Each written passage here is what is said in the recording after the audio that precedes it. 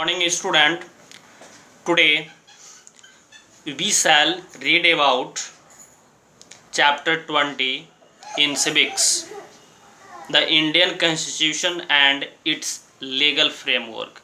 Let us try to understand, students, about of Indian Constitution.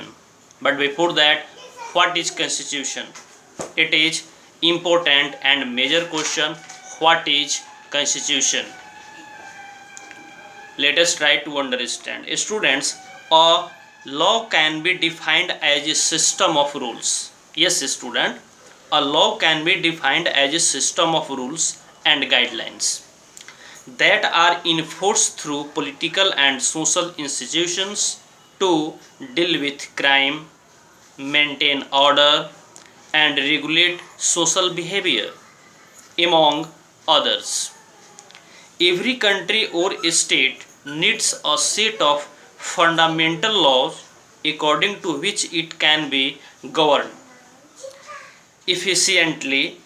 This set of fundamental rules and laws or governing principles is called the constitution of that particular country. It is definition of constitution. Now let us try to understand about of Indian Constitution, the Constitution of India. Yes, students, the Constitution of India was enacted means here adopted on 26 November 1949 and came into effect on 26 January 1950.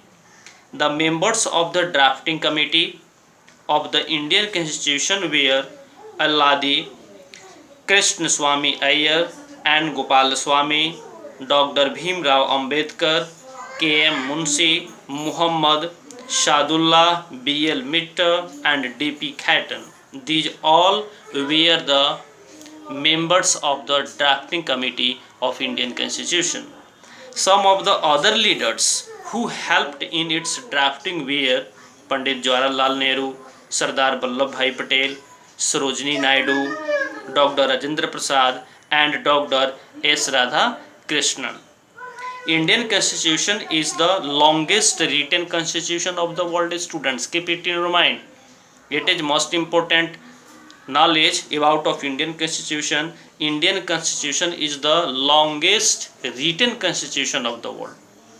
According to its preamble, the Union of India is a sovereign, socialist, secular, democratic and republic.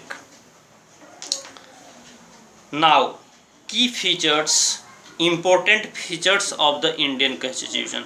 Let us try to understand about of features of Indian Constitution. Number first is federalism. What is federalism?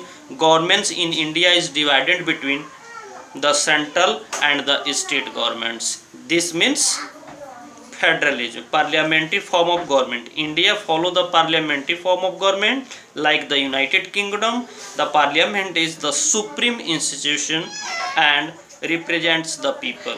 Next number is fundamental rights. The constitution granted, yes students, the constitution granted certain rights to the people of India. Separation of powers. The constitution provides for three organs of the government: legislature, executive and judiciary. Okay, thank you student.